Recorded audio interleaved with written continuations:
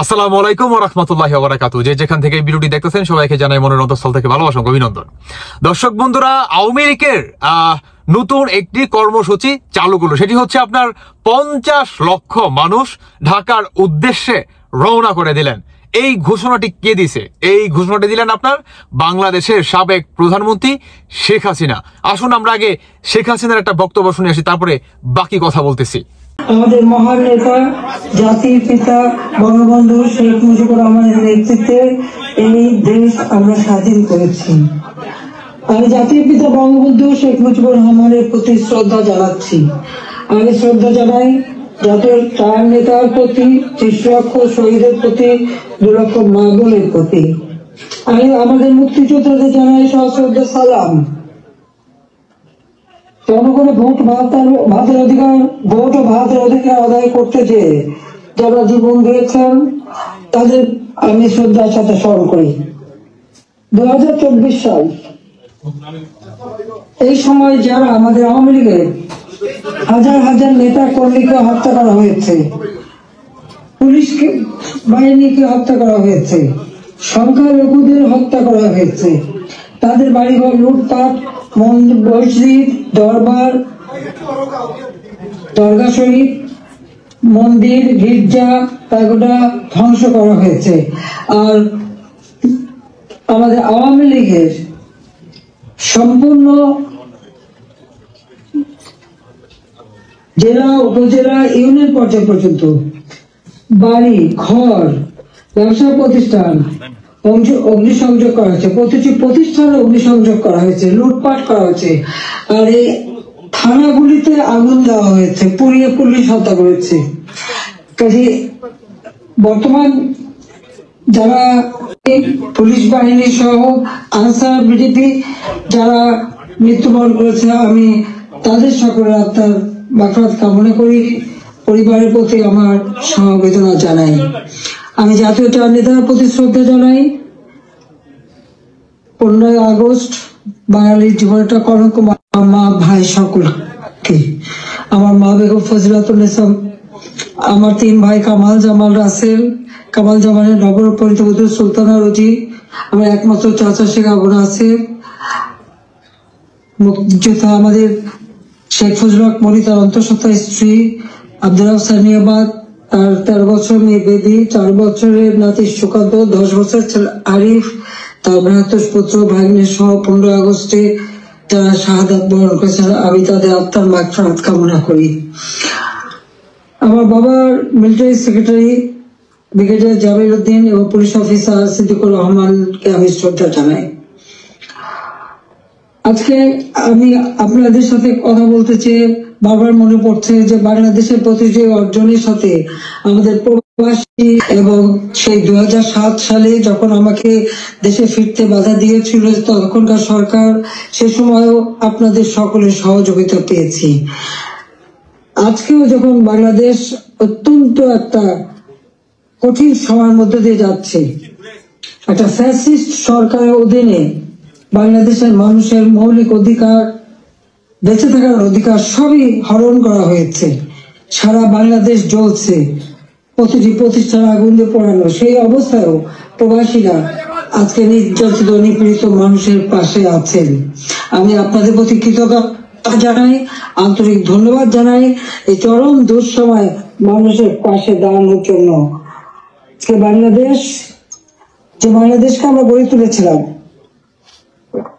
জাতির পিতার স্বপ্নের বাংলাদেশ হিসেবে, ক্ষুধা দারিদ্র্যমুক্ত বাংলাদেশ হিসেবে, অর্থনৈতিক ভাবে বাংলাদেশ উন্নত হয়েছিল, কিন্তু আজকে আমরা দেখি যে একে একে সব ধ্বংস করা হয়েছে।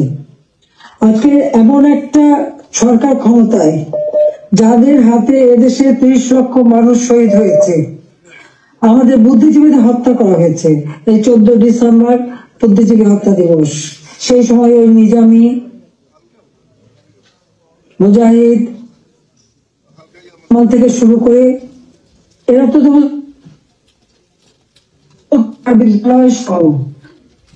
বিশ্ববিদ্যালয় থেকে শিক্ষক, ইঞ্জিনিয়ার, ডাক্তার সকল বুদ্ধিজীবীদেরকে তুলে নিয়ে যে নির্মমভাবে হত্যা করা হয়। বাংলাদেশকে মেধা শূন্য করার একটা চেষ্টা করা হয়েছিল সেই সময়। এই সাথে সাথে এই আলবদর রাজাকার আল-শামস বাহিনী বানিয়ে আমাদের একদিকে গণহত্যা, পাকিস্তানি হানাদার বাহিনীকে সহযোগিতা করা, অপরদিকে বুদ্ধিজীবীদের হত্যা হয়েছিল, যারা সেই ডিসেম্বর মাসের 14 তারিখ মানে 10 তারিখ থেকে 14 তারিখ পর্যন্ত কয়েক শত বুদ্ধিজীবীকে নির্মম ভাবে হত্যা করে। আমি তাদের আত্মার শান্তি কামনা করি, মাগফিরাত কামনা করি। আমরা আওয়ামী লীগ 75 সালের পর 21 বছর পরে আমরা সরকার গঠন করি, জনগণের সেবা করি। 2008-এর নির্বাচনে আমরা জয়ী হই। সেই নির্বাচনে আওয়ামী লীগ এককভাবে 233টা সিট পায়, আর বিএনপি পেয়েছিল মাত্র 30টা সিট। জনগণের ম্যান্ডেট নিয়ে আমরা সরকার গঠন করে জনগণের কল্যাণে কাজ। শেখ হাসিনা তিনি আরো জানান যে 50 লক্ষ মানুষ ঢাকার উদ্দেশ্যে তোমরা রওনা করে দাও। শুধু এটাই না, এই হচ্ছে শেখ হাসিনার বক্তব্য এবং এটা তিনি কঠিন ভাবে হুঁশিয়ারি করে দেন।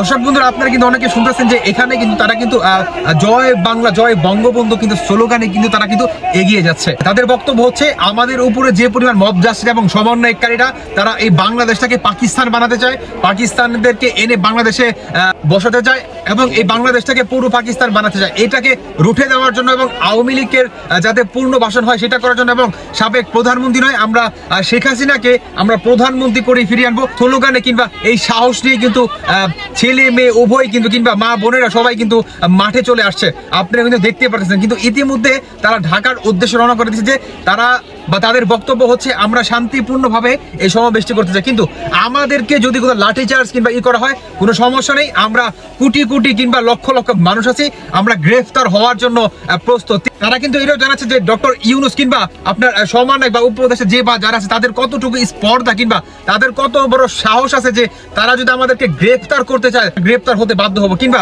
তাদের এই সাহসটা হবে কিনা এত এত মানুষদের জায়গা দেওয়ার জন্য কিংবা গ্রেফতার করার জন্য।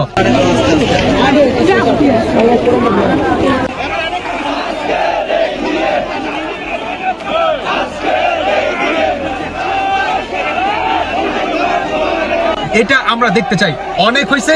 এখন আমরা এই পাক বাহিনীদেরকে 1971 সালের মতোই আমরা এদেরকে উপরে ফেলে দিতে চাই। আমরা আমাদের বাংলাদেশের বঙ্গবন্ধুর কন্যা শেখ মুজিবুর রহমানের কন্যা শেখ হাসিনাকে আমরা বাংলাদেশে প্রধানমন্ত্রী হিসেবে দেখতে চাই। দর্শক বন্ধুরা, এটাই হচ্ছে বর্তমান বাংলাদেশের সাধারণ মানুষের বক্তব্য।